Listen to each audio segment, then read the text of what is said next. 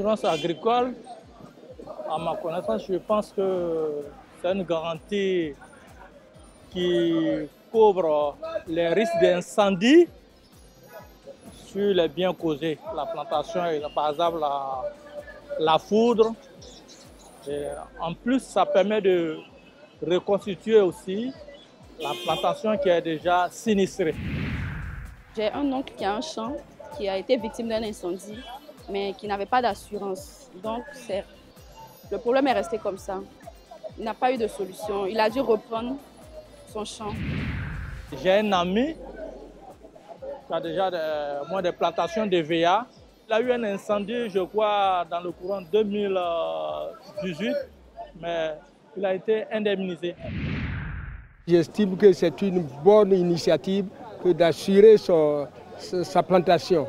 Parce qu'en cas d'incendie ou de pertes importantes, on peut bénéficier d'une assurance.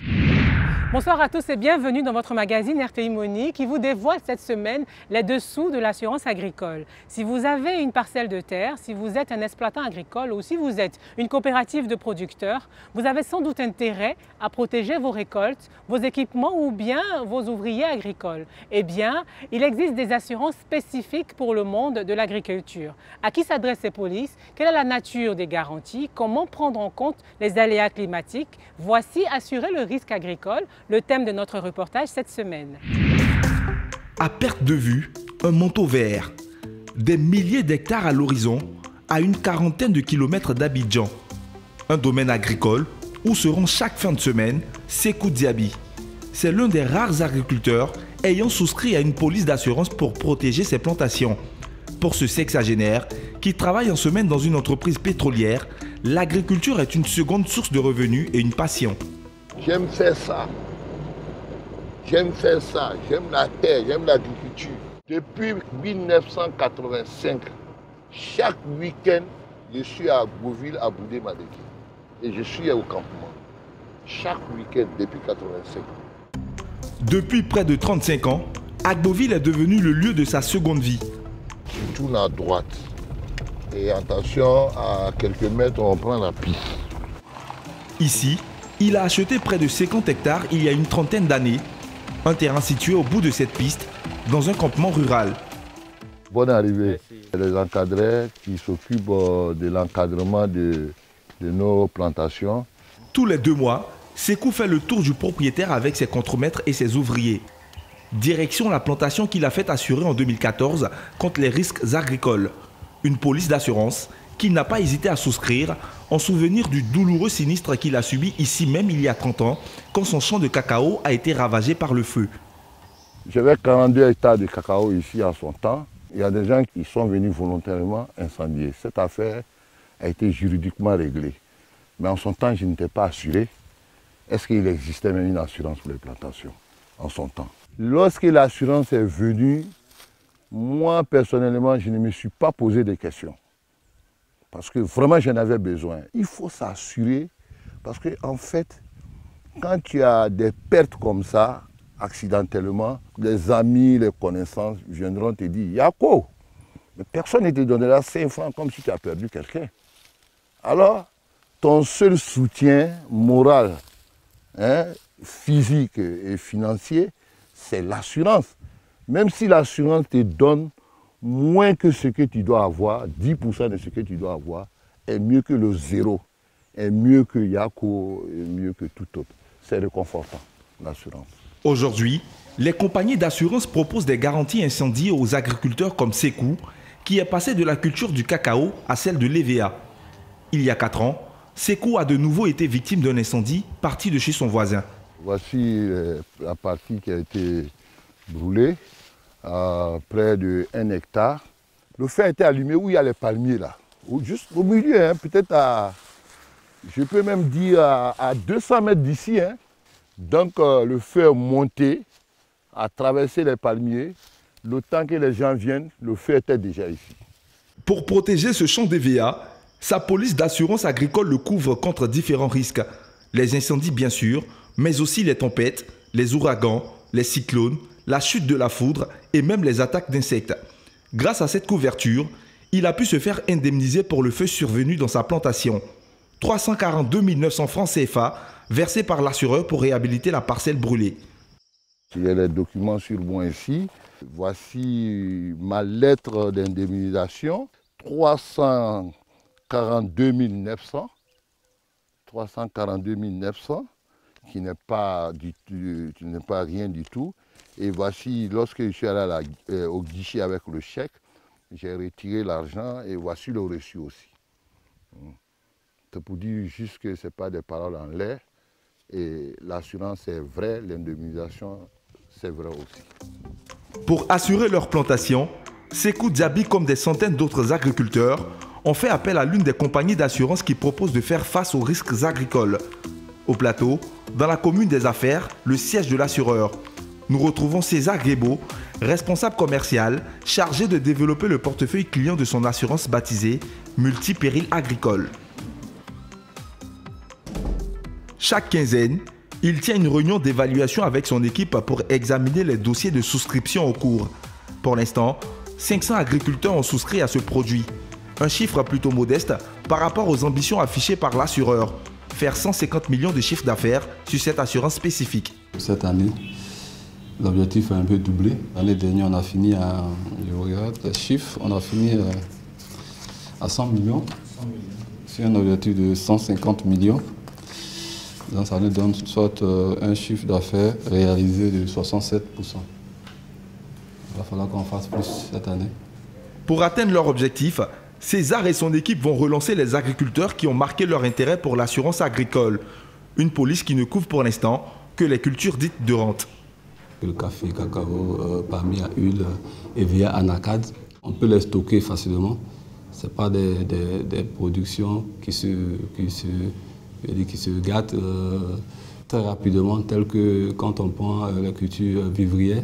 Mais au fur et à mesure, avec la technologie, on peut aussi étendre aux autres cultures. Votre correspondant ne peut être joint. Je vais proposer M. Gokake, okay. Qui est au niveau de Anguédédou. Ok, il répond à quel numéro? 4693.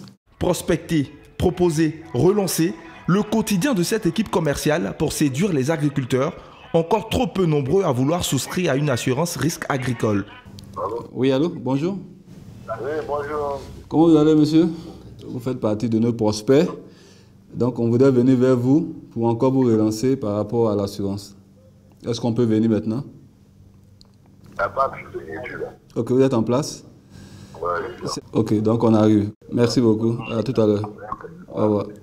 Rendez-vous est pris dans l'après-midi avec un client potentiel. Pour préparer cette rencontre, le responsable commercial rassemble les documents dont il aura besoin, à commencer par le questionnaire à faire remplir à l'agriculteur. Un formulaire dont les réponses permettront de déterminer la prime qui sera payée pour assurer le champ de l'éventuel client. Une prime qui peut varier de 9 000 francs CFA à 17 000 francs CFA par hectare. Dans un premier temps, puisque le questionnaire même c'est le socle de l'assurance, donc il y a un questionnaire. Le questionnaire fait en sorte que le prospect nous fournit des informations concernant d'abord sa personne, son identification lui-même, ensuite les informations concernant la plantation à assurer, la date de création, la localisation, si la plantation est enregistrée au cadastre ou pas. Donc vous avez toute une panoplie d'informations qu'il faut remplir. Lorsque c'est fait, ça nous permet toujours de pouvoir déterminer la prime. Pour finir, vous avez la garantie souhaitée. Donc c'est au client, du moins au prospect, de pouvoir cocher en fait les garanties qu'il souhaiterait avoir avec l'incendie, qui est la garantie des bases et autres. Merci aux uns et aux autres pour la séance. Moi du coup, pour aller voir le client, donc on sera tout à l'heure. En route pour Anguédédou, en direction de Dabou, où César a rendez-vous avec un planteur d'EVA, propriétaire d'une parcelle de 10 hectares qu'il souhaiterait faire assurer. C'est important pour lui de faire assurer son patrimoine, sa plantation, parce que c'est pour lui un bien qu'il a, qu'il gère, qui lui permet d'avoir des revenus en termes de revente de la production qui découle de sa plantation de chaque année. Le risque d'incendie, il est là. On ne sait jamais à quel moment l'incendie peut arriver, mais c'est des choses qui arrivent. Donc, il vaut mieux être assuré que ne pas être assuré. Il y a une faible pénétration sur ce marché. Au niveau de l'assurance des risques agricoles, au taux national, on est à 1%. Arrivé à son rendez-vous, César Guébo rejoint sa collaboratrice déjà avec le client. Bonjour monsieur, comment vous allez? Ok. Ensemble, ils vont essayer de déterminer un montant de prime raisonnable, le seul indicateur important aux yeux de Goké pour souscrire à cette police. On va parcourir ensemble un questionnaire pour savoir comment ça se passe. Voilà. Voici le questionnaire, il se présente sous cette forme. Tenez. La plantation existe depuis quand? Depuis, quoi, 2006. 2006. Donc, ok. Donc, date de création 2006. On n'a pas la date exacte. Hein. On peut dire quoi? On va prendre l'année 2006, c'est bon? Okay. L'âge de la plantation, sa superficie, son existence légale, son rendement, autant d'éléments qui rentrent en compte dans le calcul du prix de la prime d'assurance. EVA, de 7 à 15 ans, ça fait quoi? 10 544, ok. Ça va nous faire autour de 115 440 francs par an pour 10 hectares. Donc, on a 375 000 par hectare que nous garantissons en cas d'incendie. Ça veut dire quoi? Si vous avez 2 hectares qui partent en fumée, on doit vous reverser 375 000 x 2. 115 000 francs CFA de prime par an, l'agriculteur estime que le montant de sa prime annuelle est plutôt raisonnable. Goké va donner son accord pour souscrire à une police. Vous voulez que les prélèvements se font en fonction de votre livraison à TSCI ou bien vous voulez payer vous-même de façon là, en ce moment on peut scinder. Goké n'est pas obligé de verser la prime sur le champ. Les agriculteurs peuvent obtenir des facilités de paiement en réglant plusieurs fois au moment de vendre leur production à des sociétés qui prélèvent les primes pour les reverser aux assureurs. Un système qui rend la prime d'assurance presque indolore pour Goké. Souvent il y a le doute, c'est là, et puis bon, il y a la négligence. Je ne m'attendais pas à un montant aussi bas. Chez moi-même, ça allait être encore plus élevé. Je m'inquiétais, mais enfin, ça va. Nous ne sommes pas obligés de payer ça en espèces. Sur 3 ou bien 4 livraisons, on me prélève. Donc, c'est bon, c'est abordable. Sur le marché de l'assurance agricole, les assureurs présents tentent de proposer des prix abordables, mais aussi des produits qui répondent aux préoccupations quotidiennes des agriculteurs, comme le climat. Et pour faire face aux aléas climatiques, certains assureurs ont décidé de créer des produits innovants. Bonjour, bonjour. Ça va? Dans la filiale ivoirienne de ce grand groupe mondial d'assurance, Mariemba est la spécialiste de ce nouveau type d'assurance agricole, dite paramétrique, car elle intègre des paramètres climatiques, géographiques ou météorologiques dans sa couverture. Une assurance qui va être effective en Côte d'Ivoire, courant 2019, et qu'elle présente ce matin-là à ses collaborateurs. L'idée ce matin, c'est d'expliquer aux équipes que vous êtes en fait de quoi il s'agit. On parle d'assurance agricole. Donc on parle d'un bien qui est essentiel au producteur, qui est même central. C'est-à-dire, si un producteur demain a une perte de rendement, ça a des impacts qu'on ne s'imagine même pas. Ça a des répercussions sur lui, sur sa famille, ses enfants et toute une communauté. 36 pays dans le monde proposent cette assurance paramétrique et seulement 9 en Afrique, alors que l'agriculture est un secteur clé de l'économie du continent. Il a l'air nouveau, il a l'air particulier, mais d'autres continents l'ont exploité avant nous. Il faut comprendre quelque chose, c'est que l'assurance paramétrique a 2 volets. Pour nos pays, c'est un volet non agricole ou un volet agricole, pour faire simple. Aujourd'hui, ici en Côte d'Ivoire, on s'intéresse à l'assurance agricole paramétrique. Dans un premier temps, le produit que met en place Mariem ne concernera que les cultures du riz, du coton et du maïs. Et cette couverture permettra aux agriculteurs de se protéger contre une perte de rendement. Une indemnisation qui sera calculée automatiquement à partir d'indices météorologiques précis. Les questions, il faut les poser maintenant parce qu'après ça va aller très vite. D'accord. Donc en fait, ce que je voulais savoir, c'est qu'est-ce qui déclenche l'indemnisation? Ça, c'est vraiment un point important. Donc on sait qu'à chaque début de campagne, un agriculteur va escompter, espérer un rendement à l'hectare sur son champ. Donc du coup, l'idée derrière, c'est de dire, s'il se passe quelque chose, s'il y a une sécheresse, une inondation, que nous sommes là pour l'aider à compenser en fait cette perte, mais en se basant cette fois-ci sur un indice.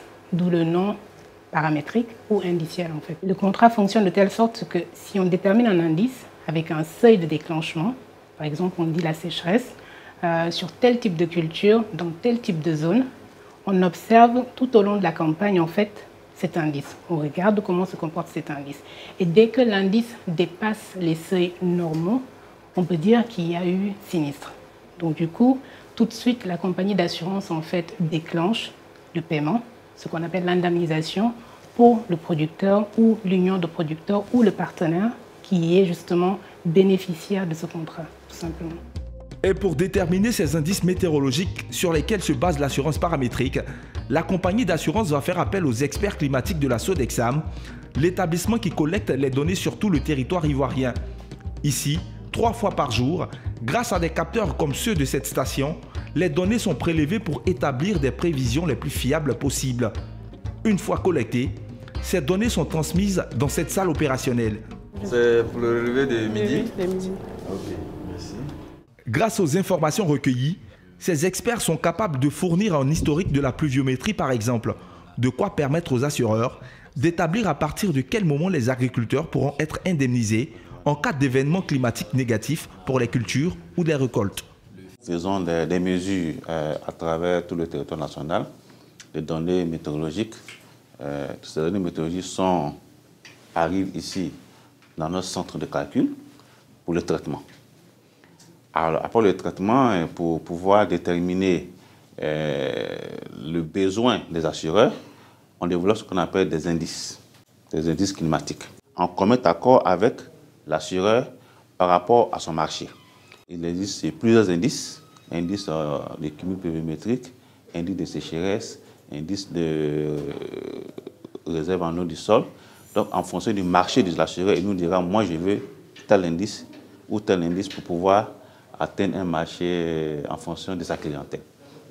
Donc, nous développons cet indice-là et nous leur fournissons ces informations-là pour qu'au moment où il y a un sinistre qui apparaît, il y a ou non de dédommagement des souscripteurs. Ces données météorologiques ne concernent pas seulement les agriculteurs, mais aussi tous les acteurs du financement de l'agriculture, les banques, les sociétés de l'agrobusiness, les industriels ou les établissements de microfinance comme celui-ci.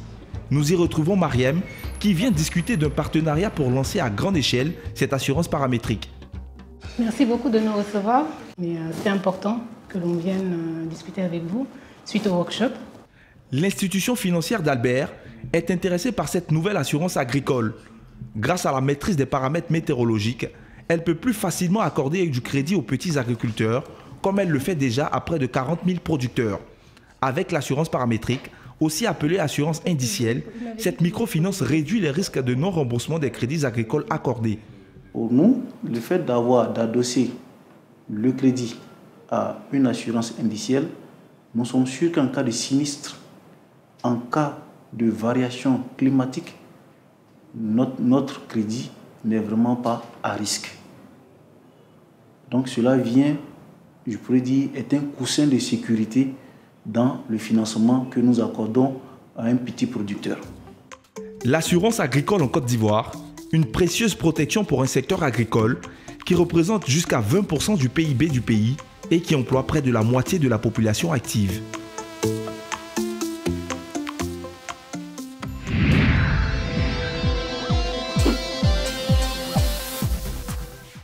Pour résumer, l'assurance agricole est un produit qui s'adresse aux agriculteurs, aux coopératives, aux sociétés d'agrobusiness, aux institutions de la microfinance. Son principe permet d'indemniser le souscripteur pour des sinistres agricoles, incendies de plantation, perte d'exploitation, mauvaise récolte, détérioration d'engins agricoles, responsabilité civile. La prime se calcule en fonction de la superficie, de l'âge de la plantation, de la culture pratiquée. Une nouvelle assurance dite paramétrique agricole sera bientôt opérationnelle en Côte d'Ivoire en prenant en compte les données météorologiques, des indemnités liées à des aléas climatiques et des indices géographiques des cultures. Voilà pour l'assurance agricole. On en parle dans un instant avec notre invité qui nous apportera son éclairage. Mais avant, voici le reportage d'actualité de la semaine consacré aux banques qui changent de logo ou d'identité visuelle. C'est le cas ces dernières semaines de plusieurs établissements bancaires ivoiriens. Dernière en date, la Société Générale. À quoi servent ces nouveaux looks? Nous avons cherché à savoir. Regardez.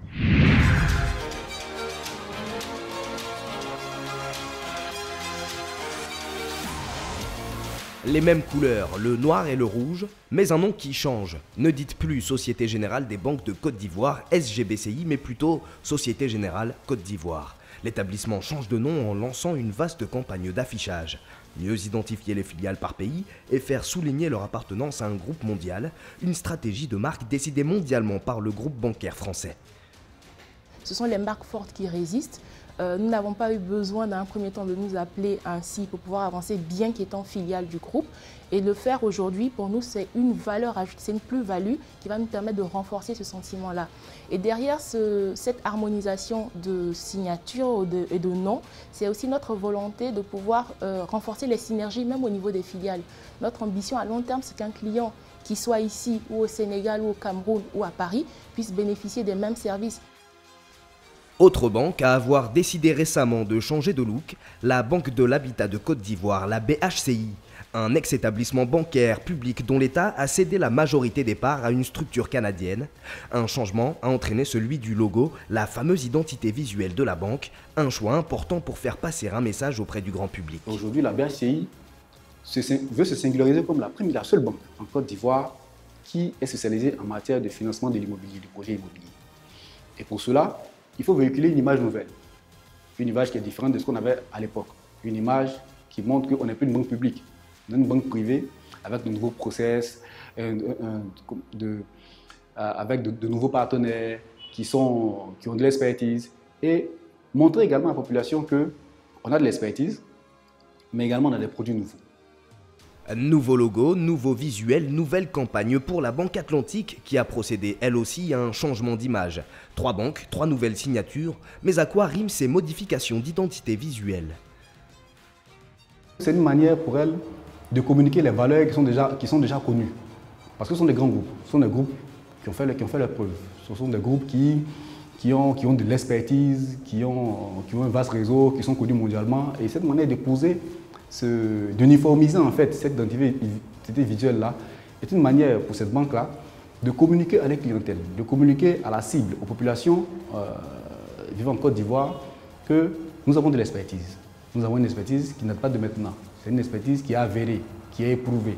Voilà. Et nous faisons partie d'un groupe qui est solide. Voilà. Puisqu'aujourd'hui, les nouvelles normes vont demander à avoir des banques qui sont beaucoup plus solides. Des stratégies de communication indispensables dans un secteur de plus en plus concurrentiel, à l'heure où les 3/4 de la population n'est pas encore bancarisée.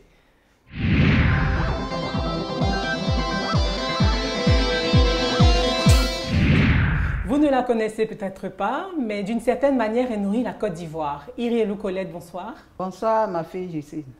Vous êtes la présidente de la Fédération nationale des sociétés coopératives du vivrier de Côte d'Ivoire et vous représentez des milliers d'agriculteurs.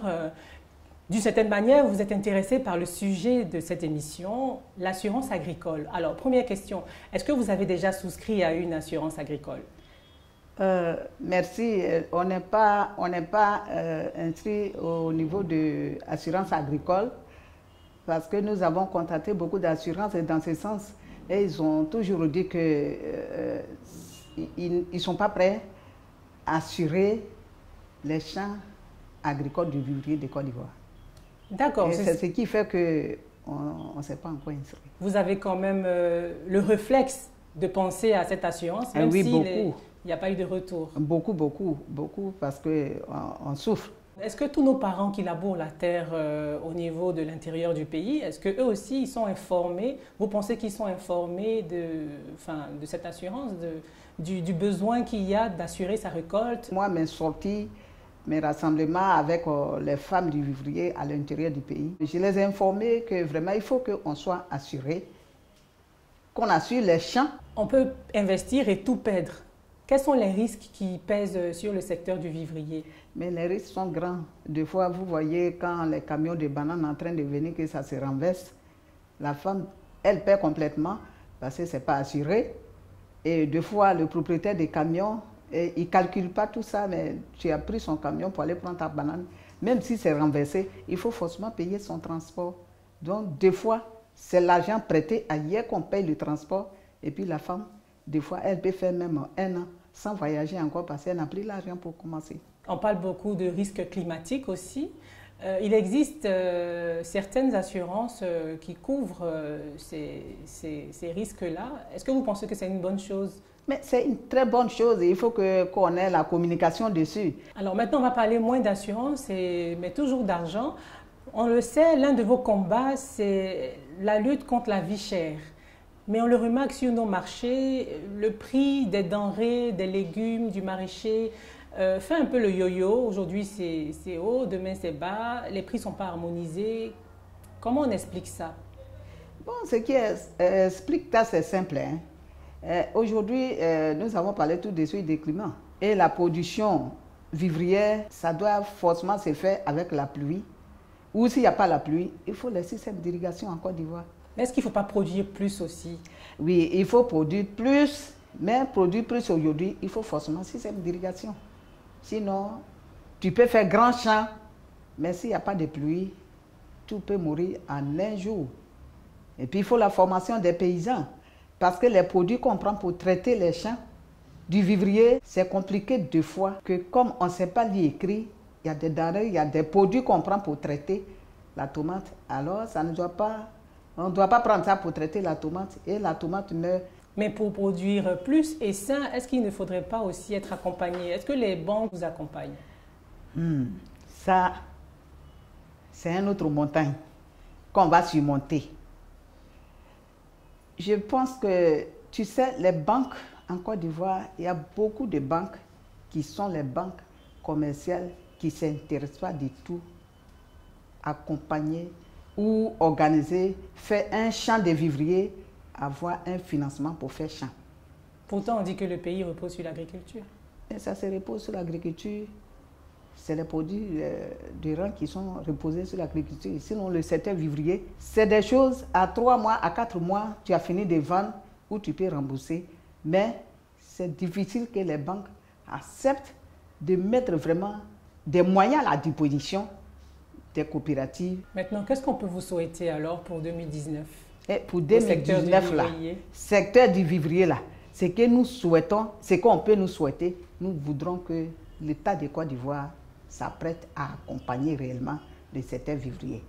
Et au passage d'ici, il y a des banques que je leur ai dit merci, parce qu'aujourd'hui, il y a des banques qui ont accepté de nous accompagner réellement dans nos programmes, ici en Côte d'Ivoire.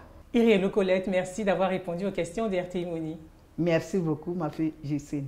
Cette émission est à présent terminée. Merci de l'avoir suivie. Bonsoir et à la semaine prochaine.